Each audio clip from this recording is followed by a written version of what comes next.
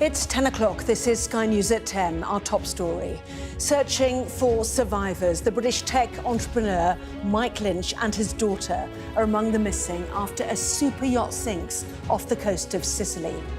He'd been enjoying newfound freedom after being cleared over fraud charges in the United States. A search continues for those still missing. We were first to give rescue, but we found no one at sea. We only found cushions and the remains of the boat.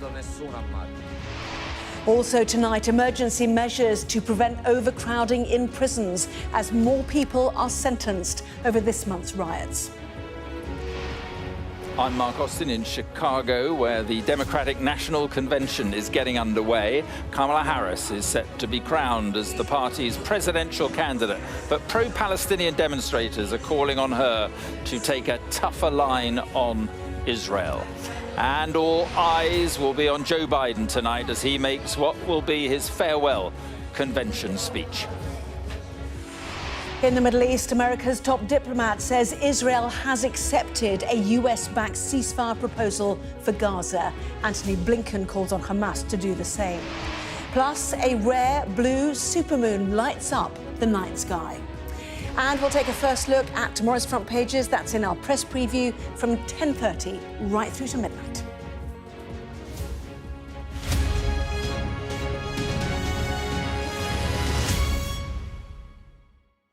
Hello there, good evening. The British tech entrepreneur Mike Lynch is among 6 people missing after a super yacht sank off the coast of Sicily in the early hours of this morning during extreme weather.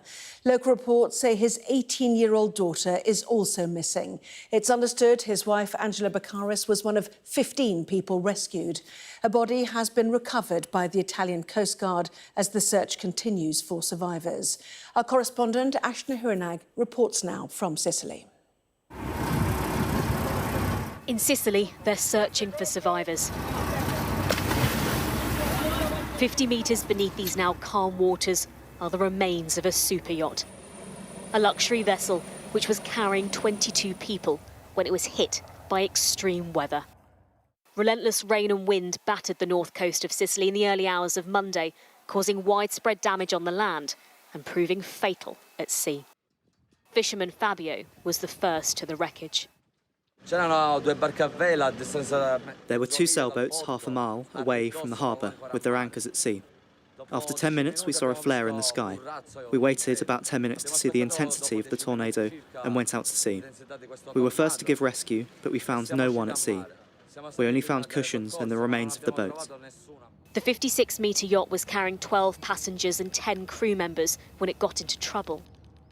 15 people, including 35-year-old Charlotte Golunsky, her partner and her 1-year-old baby Sophia, managed to escape. But among those reportedly still missing, the boat's owner, British tech tycoon Mike Lynch. The 59-year-old entrepreneur had recently been in the headlines after he was cleared of all charges in a high-profile fraud case in the US related to the sale of his software company. It's believed his wife is one of those rescued, but there are local reports his 18-year-old daughter Hannah is also missing. The weather was so bad overnight that locals describe it being like nothing they'd ever seen before. Waterspouts, essentially like tornadoes on the water, tore into the coastline. The yacht had been anchored just over there. The sailing mast lights had been twinkling in the night sky, and by morning, they were gone. As Coast Guards, firefighters and specialist divers continue to search for the missing, investigators are piecing together the yacht's last voyage. It had sailed from the Sicilian port of Milazzo on the 14th of August, making its way towards Porticello. By the 19th, the vessel was recorded as being anchored just off the coast near the village port. That's where it was when the storm hit, leaving passengers scrambling for safety in the dark. Survivors are not talking much. They are very confused because it happened at night. It was dark and they found themselves in the water. Some of them were lucky enough to save themselves and were taken directly to the emergency room. As medics tend to survivors, authorities haven't given up on those still lost at sea. Divers have already found one body near the wreckage. And they know, with every hour that passes, this rescue mission moves closer to becoming a recovery. Ashna Harinag, Sky News in Porticello. Well, Mike Lynch, the British tech entrepreneur among the missing in Sicily, founded the software giant Autonomy, which he sold to Hewlett-Packard in 2011. As you heard, he'd recently won a major legal battle over the sale, which lasted more than a decade, which had seen him extradited to the United States before he was finally cleared of fraud charges only weeks ago. Siobhan Robbins has more. We as humans like information to be in a human-friendly form, things like email, most web pages, web processor documents. He's been described as Britain's Bill Gates. Mike Lynch rose to become one of the biggest names in British tech, with the huge success of his software company Autonomy, making him one of the UK's most successful entrepreneurs. He is a giant of technology. You know, there is no one like Mike Lynch that the UK has on the public stage.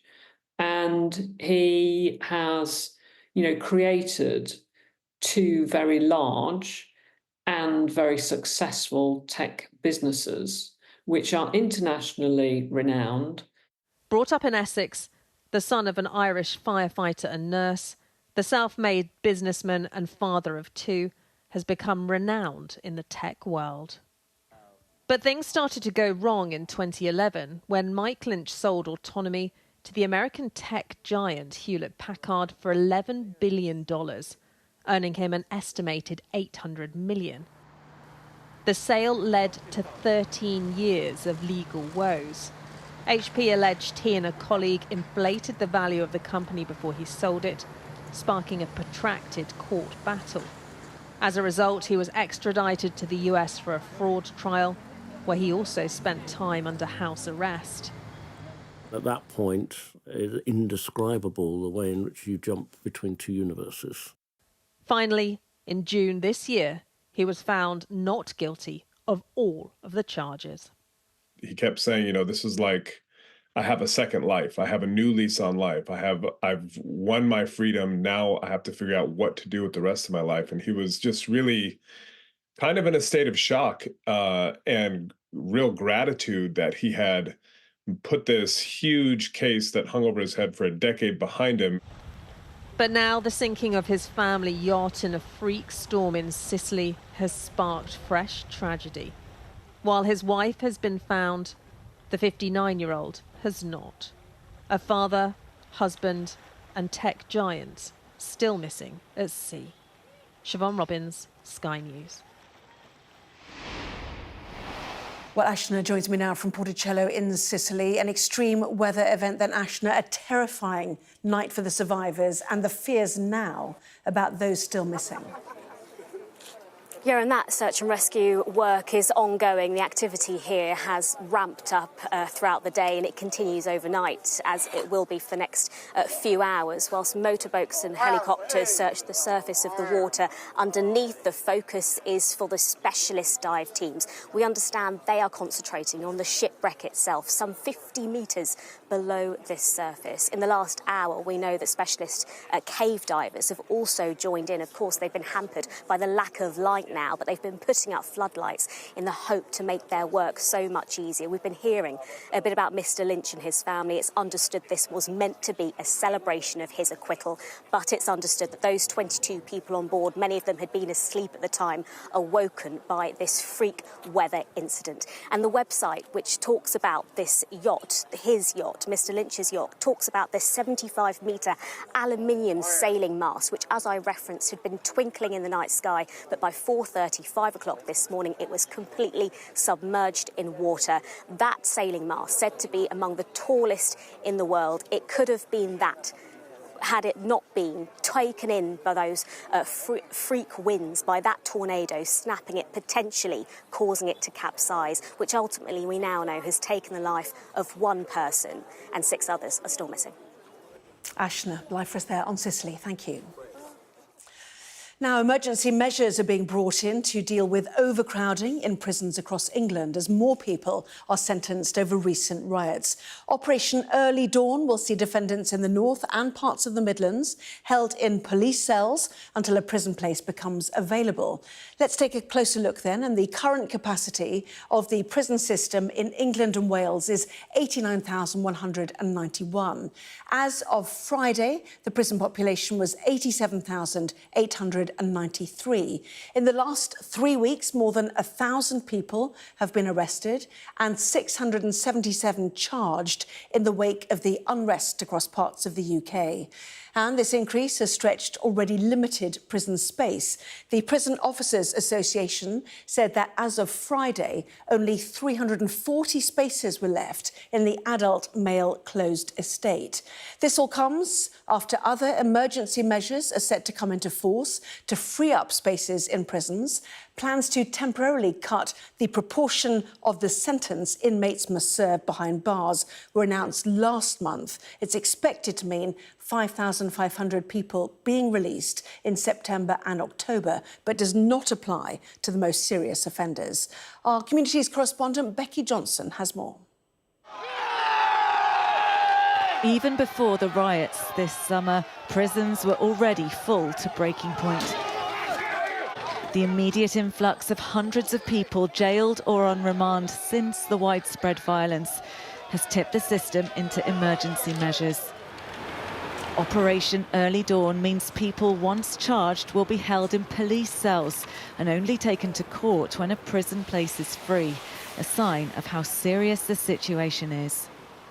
It is an absolute crisis. It's the worst I've ever experienced in the job for just over 25, 26 years. This is a sensible solution for now, but it is just another sticking plaster. Ministers and police chiefs insist anyone that poses a risk to the public will still be found a place in custody. But inevitably, people charged with less serious offences will be more likely to be bailed and released. Rotherham saw some of the worst violence when this migrant hotel was attacked. In the town centre, they're worried police will now be diverted from dealing with other crime. We got more than 16 cameras. Nawaz says he has to report shoplifters on a daily basis, but officers don't always turn up. Are you worried there are going to be even fewer police available to answer your calls? Definitely. How will you feel if someone who's been charged with shoplifting ends up being released on bail back into the community? So it means you are giving him a chance to do this thing a second time. Before the riots that swept across Britain, the government had already announced plans to tackle the prison crisis. From next month, an early release scheme should see thousands of spaces freed up. But swift justice for rioters means hundreds of places are needed now. So Operation Early Dawn has been announced in the hope it'll tide the system over until then. The Prime Minister says it's a crisis he's inherited. There was a basic failure, which is a failure to have enough prison places for the number of prisoners that were being sentenced to prison. That is about as basic a failure of government from the previous government as you could possibly have got. But it all adds to the court backlog. People already facing record delays for cases to be heard, having to wait even longer. It diminishes confidence in the justice system. Further, you'll get people, for example, may not now turn up for their cases. They'll think, well, what's the point of going to court now if my case is going to be put back? The impact of the fast tracking of riot cases is justice delayed for many other victims of crime. Becky Johnson, Sky News, Rotherham. Good evening from Chicago, where delegates are gathering for the Democratic National Convention. The Vice President, Kamala Harris, is expected to be confirmed as the party's presidential candidate on Thursday. But thousands of people have gathered to protest over the war in Gaza, highlighting the deep divisions within the party on this issue. Our US correspondent, James Matthews, has more. It's not the trip he'd planned to Chicago. Joe Biden breezed into the Windy City, excess baggage for a party that's moved on. Not for him top billing at the Democrats' convention.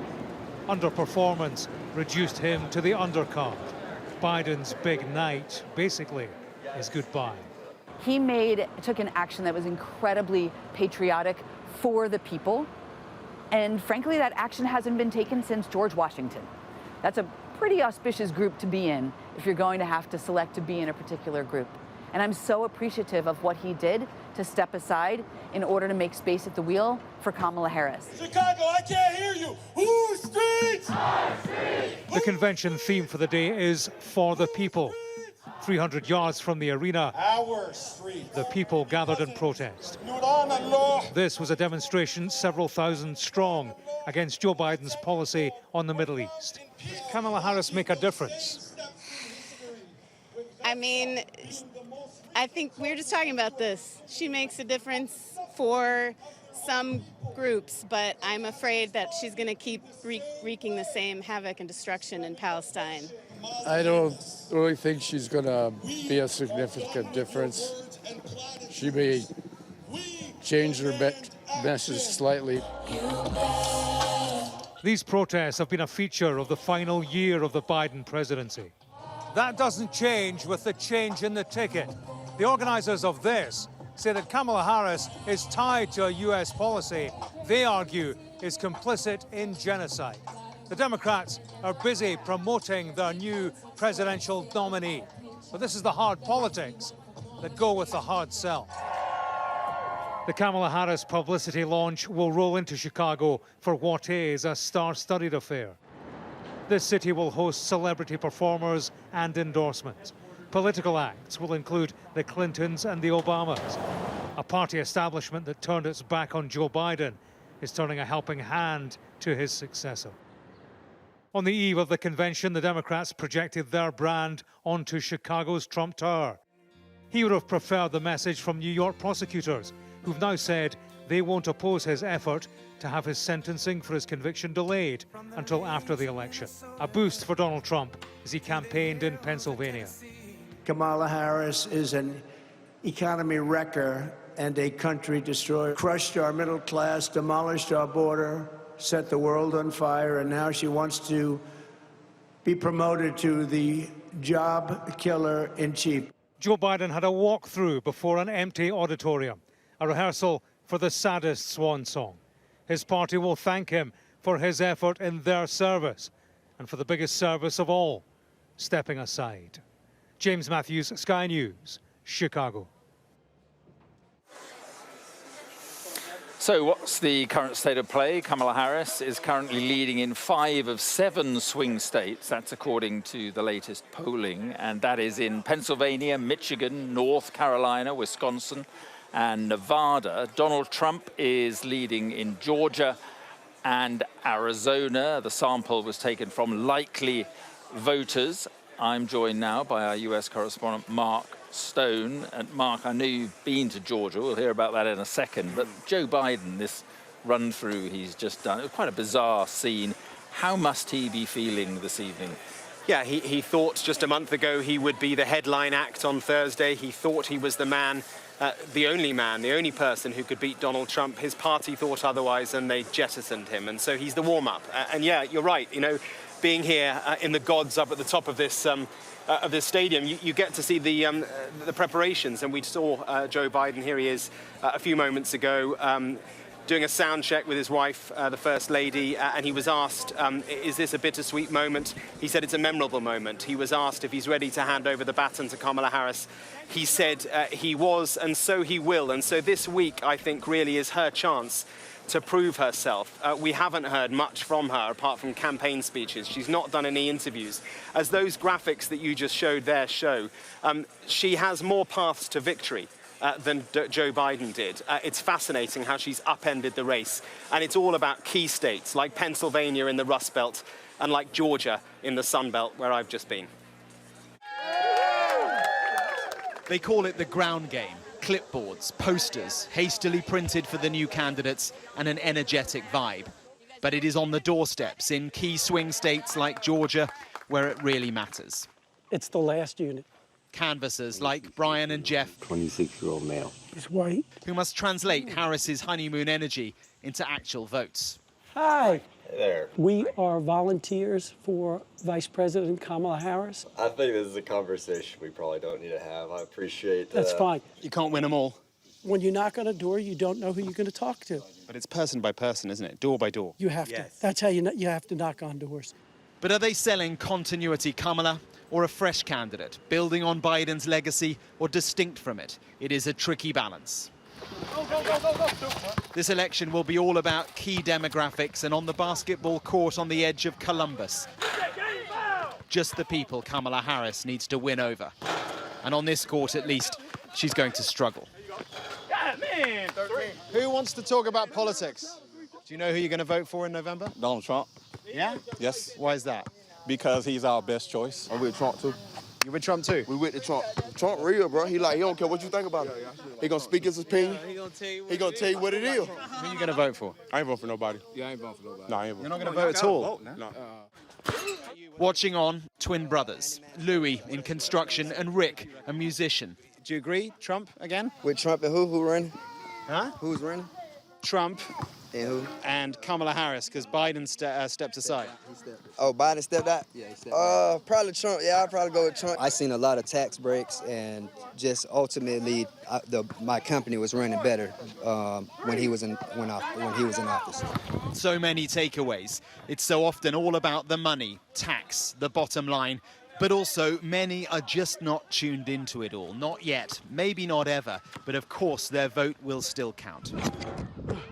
First of all, Across town, at the office of the Democratic Party's state representative, a revealing moment. How long before the bubble bursts and actually people dig down and look at the policies? Fortunately, this is not going to be a campaign that's going to be a year in the making. We are, 80-something days away from Election Day. So the amount of time that we have to sustain the momentum is very short. It's almost as if they know too much time would expose weaknesses. In the far north of Georgia, on the border with Tennessee, the annual rodeo. And more moments which reveal the fine balance in this critical, convoluted race.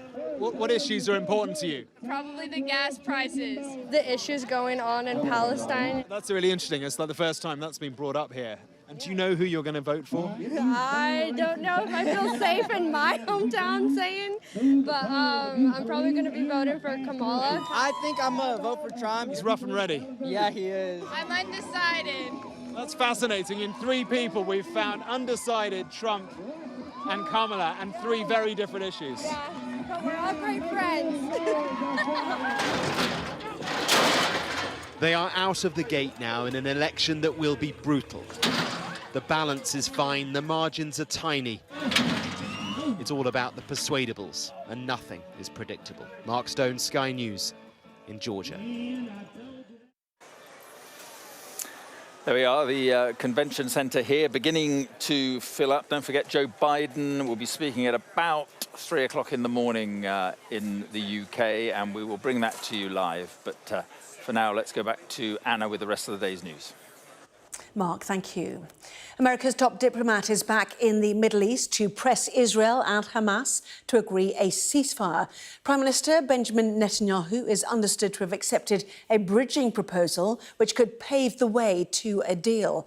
But both sides are blaming each other for blocking a breakthrough, and it's still not clear if Hamas will send a delegation to talks in Egypt. Our international affairs editor Dominic Waghorn reports now from Jerusalem. More than 100 people are killed every day on average in Gaza. The death of each one, an unbearable tragedy for those they leave behind. Like these relatives of the dead in an Israeli airstrike over the weekend. Israel's bombing of Gaza continues to be relentless, even as its diplomats talk peace.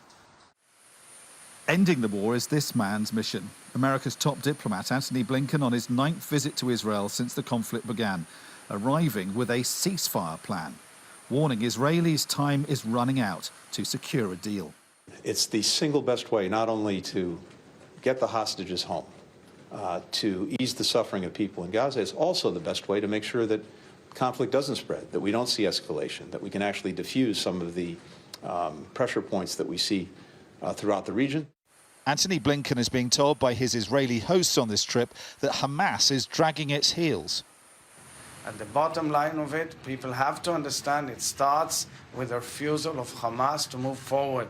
Or does it? Hamas says it's the fault of Israeli Prime Minister Benjamin Netanyahu for adding new demands at the last minute, in particular keeping his military in Gaza at certain strategic points.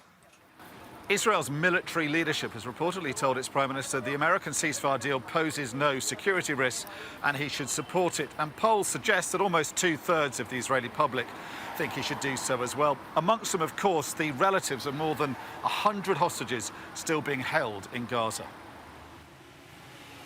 Among them and their supporters here is the belief the Prime Minister is blocking a ceasefire deal securing their release to keep hardliners from walking out of his government. Tell you the truth, that I expect nothing from this meeting because our Prime Minister is blocking the hostage deal. He doesn't want to make the hostage deal because if he will make the hostage deal, there will be no government and he will be out of office. If Israel isn't serious, Hamas doesn't seem to be either. Last night, sending a suicide bomber to Tel Aviv. His device went off prematurely, killing only him, but a synagogue was believed to be his target. Diplomacy will continue, but for 40,000 dead Gazans and nearly all of what they call home, it is already too late. These UN pictures show the scale of the catastrophe. This is Gaza City, not a city anymore. The UN today said it would take 15 years just to clear Gaza's 40 million tons of rubble, let alone start rebuilding. And that can only begin if and when the war is brought to an end. Dominic Waghorn, Sky News, Jerusalem. In other news today, Ukrainian authorities have ordered the evacuation of families from the eastern city of Pokrovsk as Russian forces move closer. More than 50,000 people, including 4,000 children, live there. It comes as Ukraine continues its offensive in the Kursk region of western Russia, knocking out a third river bridge, according to the Kremlin. A woman who died after a stabbing in Manchester has been named as 43-year-old Alberta Obenem. A 22-year-old man has been arrested on suspicion of murder following the incident yesterday evening in the Gorton area of the city. Two other people, a 17-year-old girl and a 64-year-old man, also sustained life-threatening injuries. The Children's Commissioner, Rachel de Souza, has told Sky News that too many strip searches carried out on children are unnecessary and unsafe. A new report found that one child in England and Wales is strip searched by police every 14 hours, and black children are 4 times more likely to be strip searched than the overall population. Sky's Shimon Freeman-Powell has more. When his daughter was in her early teens, Marlon found himself fighting to protect her. She was being groomed and sexually exploited. He repeatedly asked the police for help, but on one occasion, they added to her trauma. They'd already strip searched her when I'd got to the police station. I was the appropriate adult. She was stripped with female officers, but behind a glass door, and there was male officers looking in. They said she had an e-cig. They stripped her down to a bra and knickers and then checked her. She was absolutely devastated. And this case is not isolated. Reports of a 15-year-old girl being strip-searched at school sparked days of protests back in 2020. She was wrongly accused of carrying cannabis. It prompted the Children's Commissioner to dig deeper into just how widespread the intrusive methods were used. We were told that was a one-off. I promised her and committed to her that I would check it was a one-off. Unfortunately, when I used my powers to find the data about strip searching from the police, what I found was that it was not a one-off, and there was a big problem. The Children's Commissioner found that a child was strip-searched every 14 hours on average between January 2018 and 2023. But only a quarter of these cases resulted in arrests, and in around 45% of searches, police failed to record whether an appropriate adult was present. I did the job for 10 years and it would have been hundreds of strip searches. Lynn Frusia works as an appropriate adult supporting children in custody whose parents are not present. She knows how searches should be conducted. These are children. The criminal age of responsibility in the UK is 10. And to be put into that situation without somebody there to support you and make sure that things are done correctly when you don't know what the correct procedure is, I think, it's invaluable. The reality worsens if a child happens to be black. Their race means they are 4 times more likely to experience being stripped and searched. And even when an error is admitted, justice is often delayed. Child Q that happened in 2020 is still waiting to see if those officers are going to face justice. As far as I'm concerned, justice delayed is justice denied.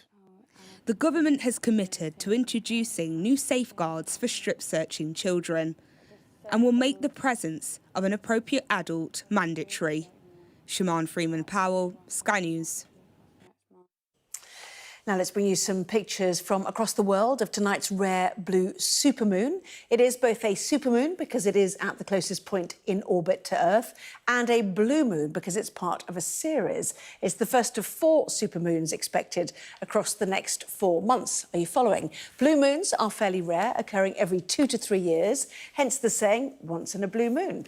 The last super blue moon was 12 months ago and the next isn't forecast until 2037. That's actually worth staying up for now, isn't it?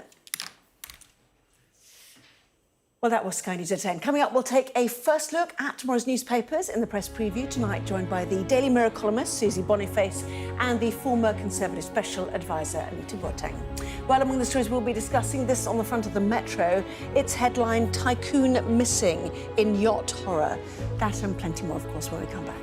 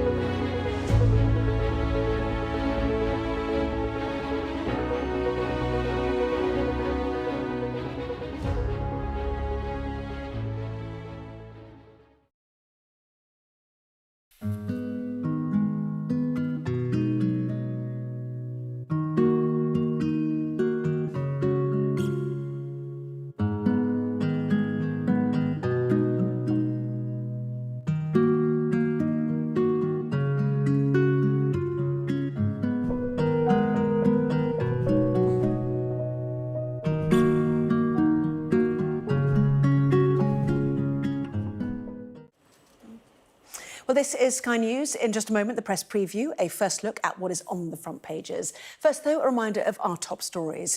One person has died and 6 are missing after a British-flagged luxury yacht capsized in a storm off the coast of Sicily. The superyacht is owned by the British tech tycoon Mike Lynch. He is among those missing, along with his 18-year-old daughter, Hannah. Emergency measures are being introduced to prevent overcrowding in prisons as more people are sentenced over this month's riots. And thousands are gathering in Chicago for the Democratic National Convention, where Vice President Kamala Harris will be officially nominated as the party's candidate to take on Donald Trump in November.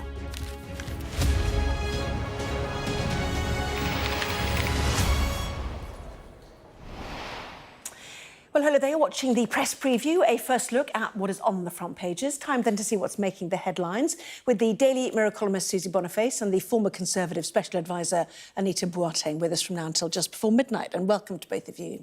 So let's take a look at the front pages then. And the Metro leading with the British tech tycoon Mike Lynch going missing, along with 5 others after his yacht sank off Sicily.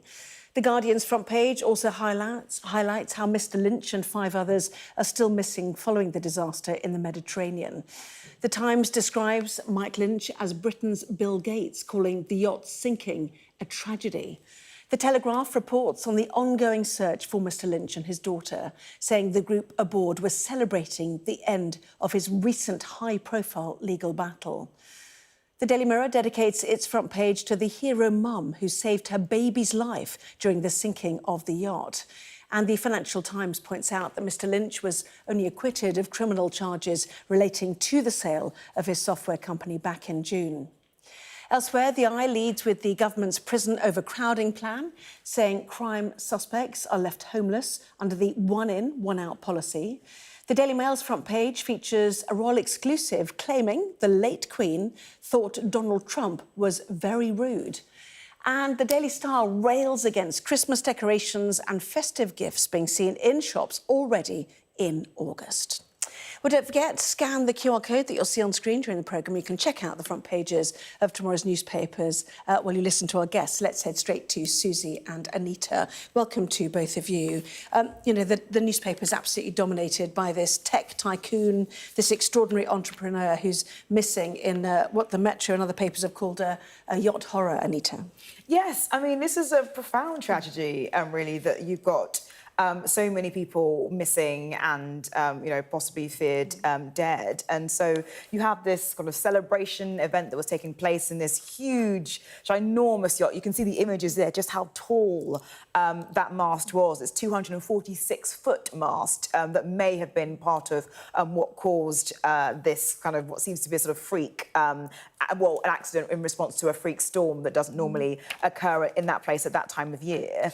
And he'd just been sort of celebrating being cleared of this US fraud trial to the tune of the £11.1 billion sale of his company quite a while ago. And it just seems like one of those deep tragedies and that we're really kind of obviously thinking about both him and his daughter, who was just 18, who also is missing. Absolutely, truly terrifying, overnight experience for those who've survived. Real fear now about those who are missing, who are, 163 feet, I think one of the papers said, possibly with where the yacht is has sunk, they believe. One person has been found dead. And the backstory of this tycoon, which is what many of the newspapers are picking up on, including the Metro, as we see there, and the Financial Times too. It was back in 2011 he sold his company, but it was only in recent weeks that he was acquitted, and railing against this asymmetric extradition which the US and the UK has. Yeah, he had a very long legal battle, which is probably when most people may have heard of him to start with anyway. He was sort of fairly faceless and not a public figure, really, unless you're outside the tech world before then. But the fact he had this 12-year battle with the American authorities. And he had this situation where when the American government say, we would like someone to come over here, please, and answer some questions and face trial, whether it's Julian Assange, whether it's Mike Lynch, whether it's anybody else, they just call them up and that's it. Whereas if we have someone in America that perhaps we would also like to call back here for questioning, such as Anne Sekulis, the woman who was accused of killing Harry Dunn when she was driving the wrong side of the road, we've not been able to get her back, not been able to do that. It's a very one-sided relationship between America and the UK, and he was railing against that. And I know there'll be people at home saying, well, look, there are migrants who have drowned in the Mediterranean who don't get this kind of attention. There are people in very, very badly equipped boats who are drowning, who don't get this kind of search effort looking for them. And yes, that's all true, and I have a lot of sympathy for that. However, I think the normal human tragedy that has gone on here, which is an 18-year-old who's missing, a mother who doesn't know if her daughter or her husband are going to be rescued or what's happened to them. And also, very movingly, a lady called Charlotte Golunsky, who was one of Lynch's colleagues, she worked with him, she was holidaying on the boat with a 1-year-old baby. And at 4 o'clock in the morning, you find yourself in the sea, in the Mediterranean, that it's dark, the waves are crashing, there is a freak weather event going on with massive waves, terrifying winds, you can't see a damn thing, the boat has sunk, and all she could hear are people screaming and the waves around her, and she's trying, as she says here, for 2 seconds, I lost the baby in the sea, and then I immediately held her again in the fury of the waves. I held her tightly to me, and the sea was raging. And she said she was trying to hold her up just out of the water while she was trying to kick and keep herself up just so the baby didn't drown. And that, it's awful to imagine what they must have been through. Anyone goes through, regardless of wealth, I think, in this situation, is horrific. And the fact it is so deep is going to make it very, very hard to salvage anything out of that boat and find out what really went terribly wrong with it. Yes, indeed so. And, you know, the problem was it was a celebration for him that this legal fight was over, celebration for his daughter, who appears to have got a place at Oxford University, and also elsewhere in the newspapers, the Mail and I think it was the Financial Times as well, reporting that his co-defendant in that case had died in a car accident only a few days ago. Yes, Stephen Chamberlain, who was the co-defendant in the case, he died after being hit by a car in Cambridgeshire on Saturday. So it's just, it seems to be tragedy upon tragedy. We should say that the mother and the 1-year-old did survive against those odds in those extraordinary circumstances. But it's, you know, it's truly just one of those moments that kind of, as ever, remind you how fleeting and how lucky you can end up being, because this is the kind of event, as Susie says, that would pass without event in normal circumstances. A man gets on a big yacht, but to have this this kind of sinking happen in such a way and is obviously just completely unexpected and deeply tragic for all of those involved, including the crew. You do get water spouts in the Mediterranean. They usually come later in the season, and they're usually a bit further east into the Aegean stuff. But they can be very, very rapid, very, very devastating, and it really doesn't matter how big your boat is. That water spout is capable of picking it up, tipping it over, causing all kinds of problems. And I think the fact we are seeing more at the moment, apparently, you know, every summer they are coming a little bit earlier, and the same as we're seeing in the Caribbean with hurricanes and typhoons in the Pacific, they're happening in a more intense fashion and at different times of the year. Because of climate change, you get warmer waters, more humidity in the air, and it causes these freak events. And unfortunately, there are people who are going to be on the other end of it. Yes, and the enclosed sea of the Mediterranean warming faster. We had an oceanographer on earlier who said the sea surface temperatures are warmer than they had been expected to be. But anyway, the search continues, clearly, for those who are still missing in that. Let's turn to the Middle East, shall we? Antony Blinken, top US diplomat, you know, back in Israel today, heading off again to speak across the Middle East tomorrow, we know. He suggests that there has been, you know, something of a change in Israel's stance, Anita. Yes, I mean, so Blinken has been saying, and he's made about 10 trips out to Israel to kind of move negotiations on, and he remains optimistic about a decisive deal for a ceasefire. And we should say that, you know, the US is definitely the one that's applying a huge amount of pressure to kind of build some momentum around a ceasefire deal, particularly ahead of the elections in November. And yet it seems that there are still a lot of intractable issues, which, you know, hopefully there's going to to be a resumption of discussions, perhaps on Wednesday this week. But it does feel as though some of the challenges that that Israel are kind of presenting, some say, and Hamas have accused Israel of bringing kind of last-minute additional conditions to the table. And so really, I mean, I think Blinken is going hell for leather and trying to make this happen, but it does seem as though it remains challenging to see a scenario whereby a ceasefire deal could be agreed in the time period that he hopes. You know, he hints at this last chance idea. You know, not least people in Gaza are dying, hostages are dying as well. But also, you know, we're in the ticking days, I suppose, of the Biden administration, aren't we? You know, he wants to see this done. And yet we've got the Democratic National Convention where thousands of people are expected on the streets, you know, protesting against America's stance on Israel as what they are saying is as an enabler of what's happening in Gaza. And a stance that's probably not going to change, particularly if Kamala Harris wins the election. And if Trump wins the election again, it may become a little bit more pro-Israel than it is now even.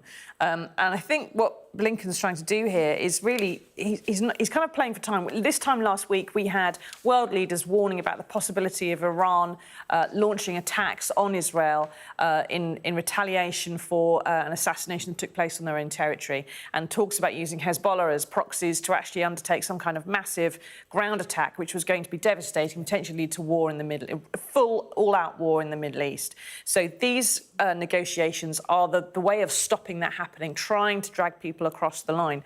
Up until now, it's been said that Netanyahu was the block on a lot of the negotiations actually getting off the ground before now. Now it seems that Hamas have got some issues. I'm sure that really what this is it's the mullahs and Biden and Netanyahu trying to hammer something out, and all doing it via their proxies. Whether they manage to do it or not really comes down to whether or not they all want a war. I suspect nobody does. Biden is not an interventionist president, as you saw with Afghanistan when he pulled out. He wants to just fix what he can in the Middle East, say, oh, I did that, and I'm all over now. And there's the coverage, as you can see, in the Times World double-page spread. Protesters descend on Chicago to shout down Genocide Joe, who's speaking tonight, as we know, you know, big moment for him. Emotional, no doubt, in the room too, but we'll do more on that a little bit later on. Coming up, it seems the late Queen wasn't a fan of Donald Trump. Find out why when we come back.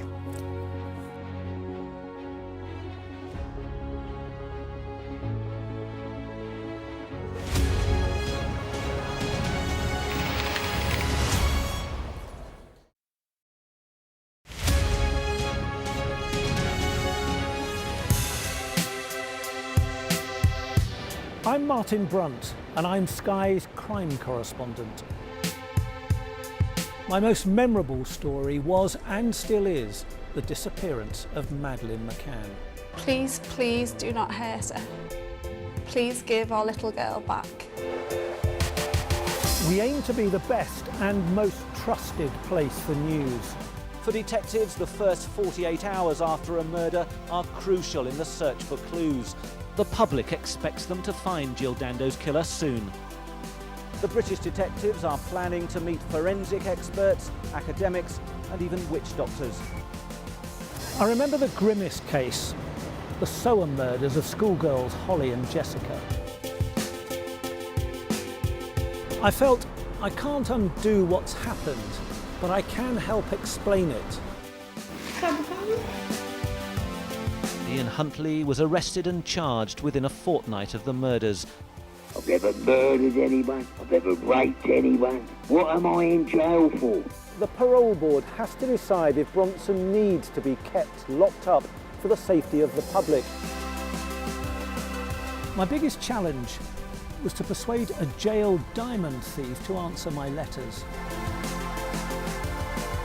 Martin Brunt, Sky News at the Old Bailey.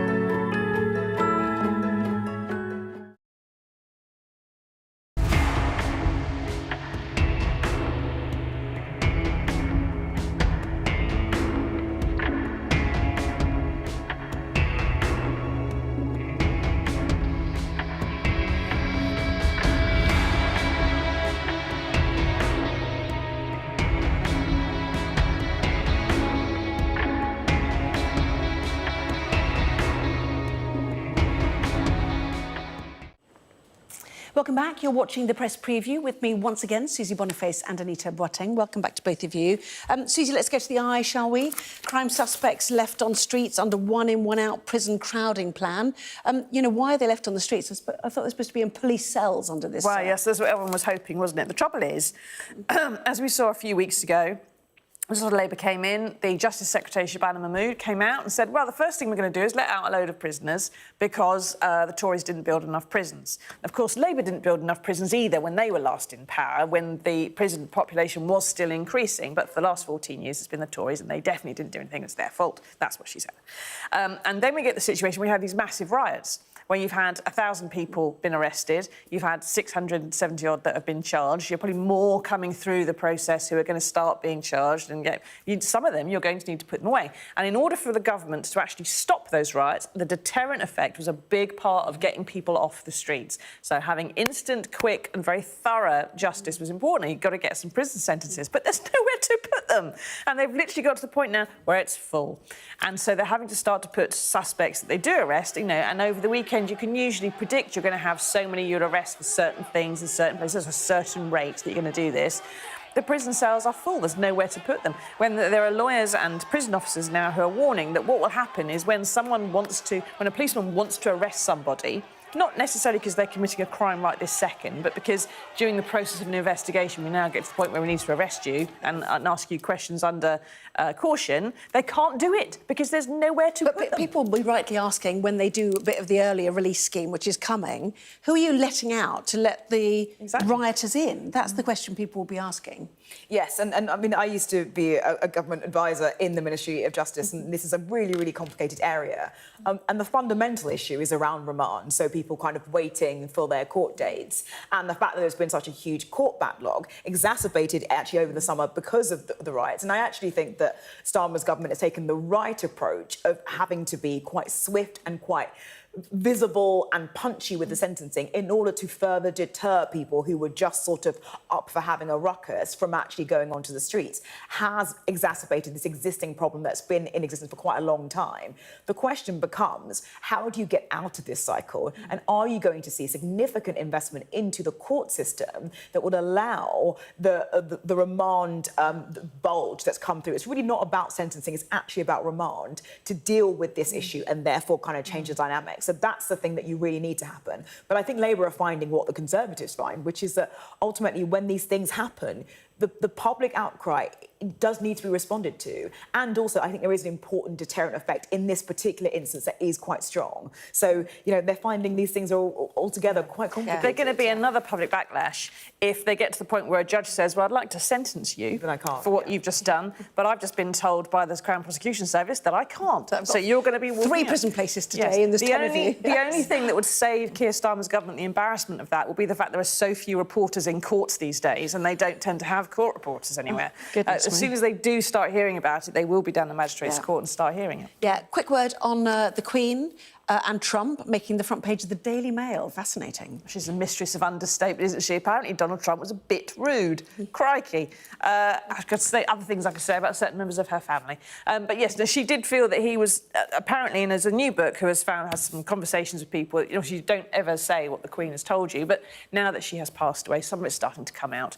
I just wonder what would have happened if, because sometimes the things she said, they did leak a bit earlier, or she did sort of say them casually in such a way they might get reported, and they had an impact, like with the Scottish referendum. I just think if she had said that a bit sooner, maybe would America have, had the Capitol uprising? Well, actually, the Queen thinks he's rude. I don't think I'll storm the Capitol. But I do think some of the comments around are very witty. She talks about, apparently she mused over the relationship with Trump's wife, Melania, and said they must have some sort of arrangement. And she also said that she disliked the way that he looked over her shoulder as if he was looking for someone else. And I think, he has this lack of kind of social awareness, spatial awareness, particularly around women, I find. And it's sort of a lot of ego that I imagine the Queen did not take kindly to. Just lucky he didn't grab her arm. Oh, yeah. I'm glad I can buy anything else.